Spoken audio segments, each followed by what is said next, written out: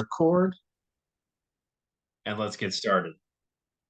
I am Lieutenant Lonnie McHugh, and tonight we'll be covering topic 4.14, safekeeping deposits. So are you all familiar with like safety deposit boxes at a bank? Yes, sir. Yeah, so it's pretty much the exact same thing, except for you as a dispersing officer putting somebody else's safekeeping objects in your safe. So you're acting as a safety deposit box.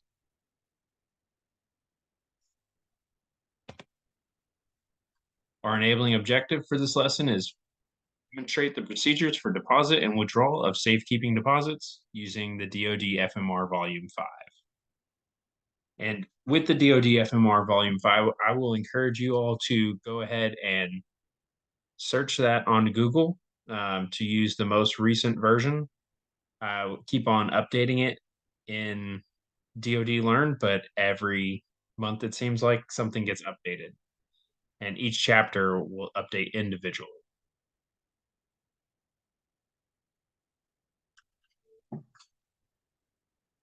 All right, our reference is the Volume 5 and the P485.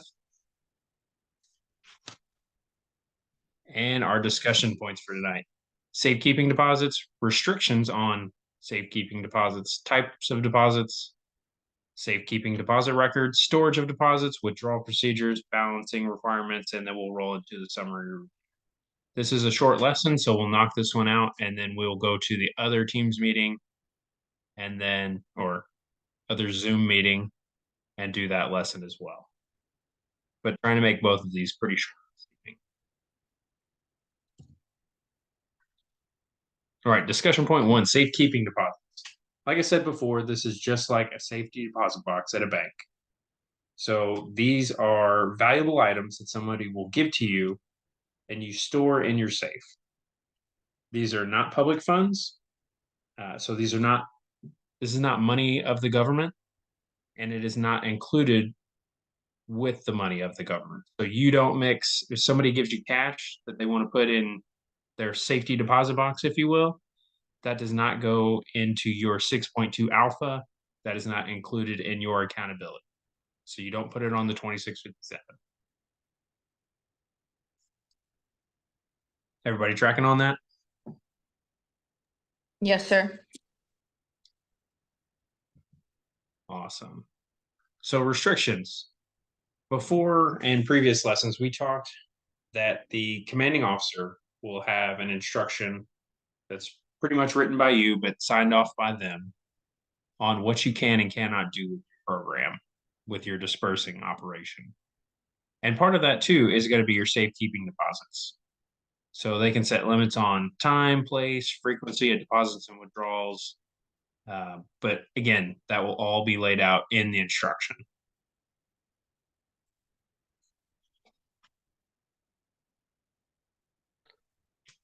All right, there are a few different types of deposits that they can make. So the first thing, people on deployment or wherever they are in the world like to buy valuable things, souvenirs to take back home. But sometimes they don't have a place to store those. So I know people who have bought jewels while they were overseas, etc. And so what they're doing is, since they don't have a safe place to put that, they're bringing it to you, and you will put that in your safe.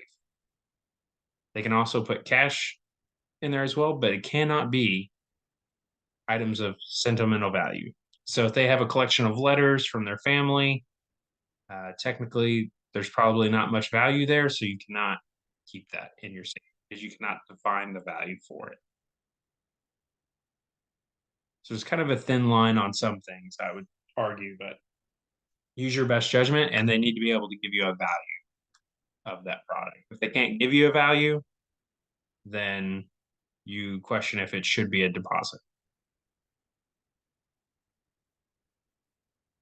What questions y'all have there? Is there any minimum like monetary value hard line or just up to the discretion of the DO? There is not a minimum. So that sentimental value, that's kind of where that gray mark is, or that gray area. So like if it's like one of those card games, like Pokemon. Somebody puts a card in with you. You could say this card is worth something. It's worth nothing. You don't know. I don't know. Um, so it really just depends on your discretion. Okay. Good question. All right. So whenever somebody deposits something with you, you of course have to keep a record of that. So that is the DD form 2674.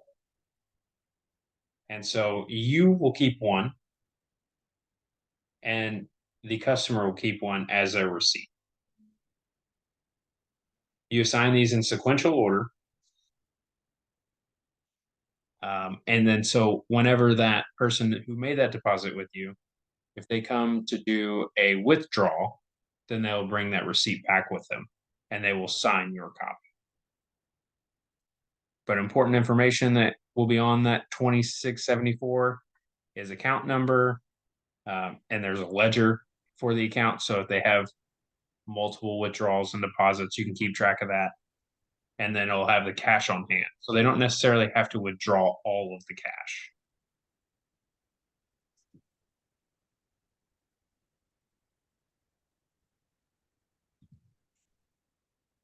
Again, information on the receipt is going to be the deposit number, the date, the amount in words or item description, and your signature for receipt.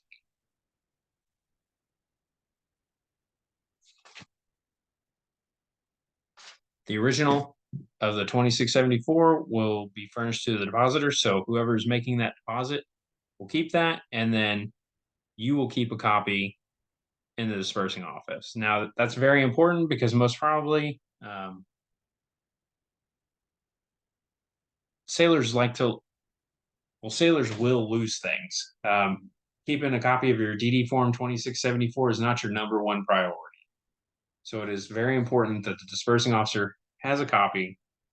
That way, whenever the person comes back, tries to make the withdrawal, you have proof of that there. And then they will sign your copy and you will return their item to you. What questions do we have there? None here. Awesome. All right, moving on to discussion point 5. So storage of deposits. You have to have room available in your safe. If somebody buys 2,000 pounds worth of diamonds just because it's a valuable item, doesn't mean that you have to store it. If you don't have the capability, you cannot take on that liability. Again, items have to have a value to them, cannot just be sentimental value. Each deposit is going to be stored separately. If you can, store it in an envelope. You'll have the deposit number, name of depositor, and amount or description of the item. Then, if you can't fit in an envelope, you can do boxes, etc. They just need to be separated. Do not commingle funds. So what it's talking about here is you do not mix a depositor's money with your dispersing money. So those are separate. One belongs to the government. One is in safekeeping by the government for a service.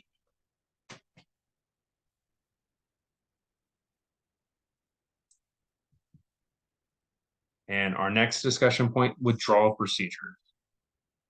So if a member needs to withdraw their safekeeping deposit, they'll present their receipt, the DD form 2674. You as a dispersing officer will verify the member's identity. So that could be their CAC or just any picture ID.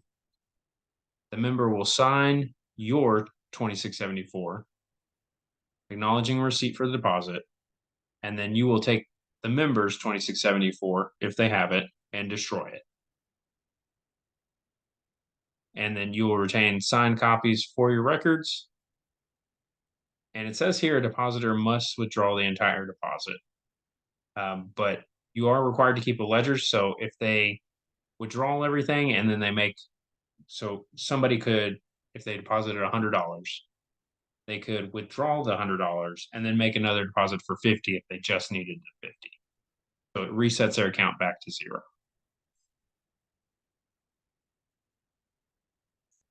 What questions do we have there?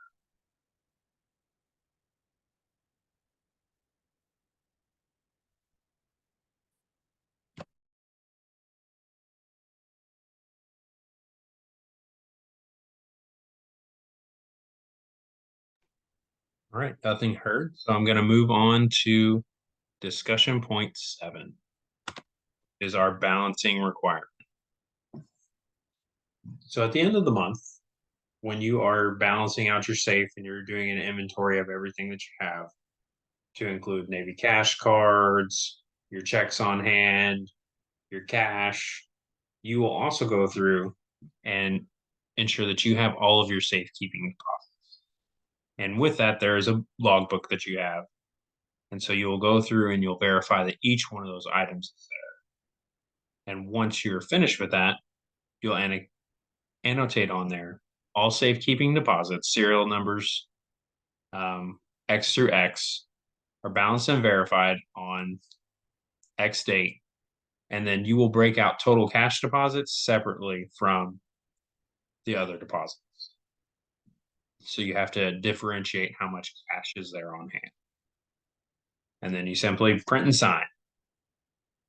Pretty simple. Again, it's at the end of the month. If you don't have any safekeeping deposits, you still need to go through and you have to write this entry that you have gone through, verified that you do not have any, and then you will write this verbatim on here.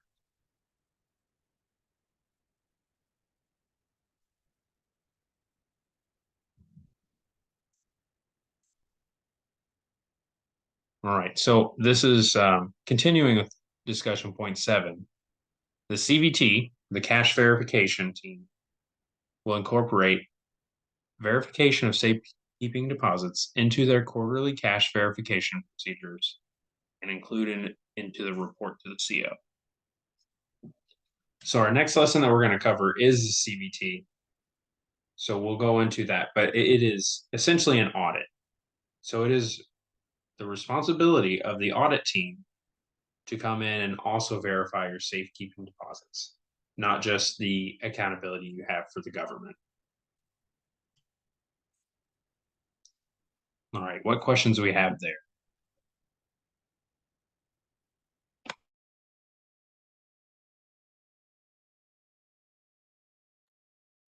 None here.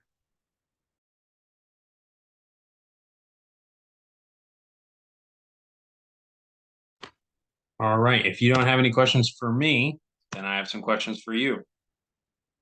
What form is used for safekeeping deposits? The DD 2674. Absolutely, the 2674. All right, when must DOs balance safekeeping deposits? End of the month. End of every month. Yeah. Absolutely. And so what are some other instances that you could think of that might cause us to do a balance of the safekeeping deposits? They weren't mentioned in the list. Probably a change of command or a change of DO's office holding. Absolutely. Whenever you do your turnover, you're going to want to do a full inventory of that. And yeah, change of command might be an item that causes a good answers. All right, which of the following items can be accepted as safekeeping deposits? Is it A, U.S. savings bond of $100, gold watch of a value of $400, or a rare coin purchased in Spain, value of $2,500, or D, all of the above?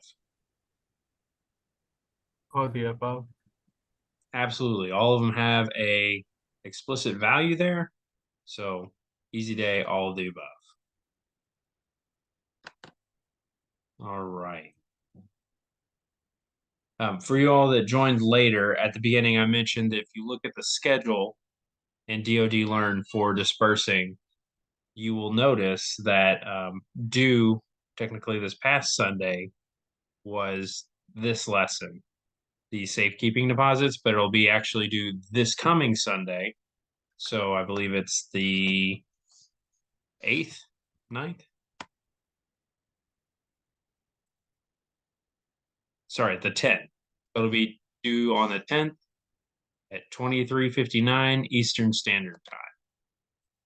And in addition to that, topic 4.15, cash verification, will also be due Sunday at 23:59. So that'll keep us caught up. So when we get into the harder lessons, we don't have to try and incorporate multiple subjects then. So these first two lessons are very easy, very short. What questions do we have about the course or tonight's material so far?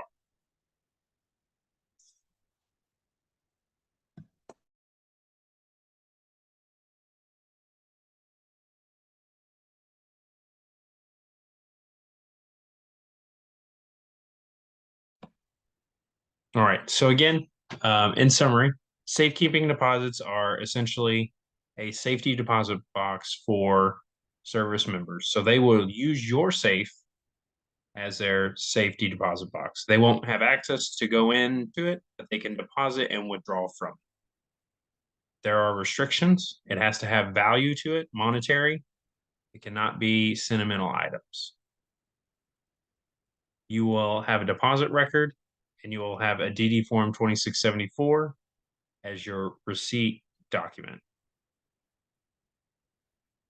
The service member needs to present that DD form 2674 to withdrawal funds, and then they will sign your copy, and you'll balance at the end of the month.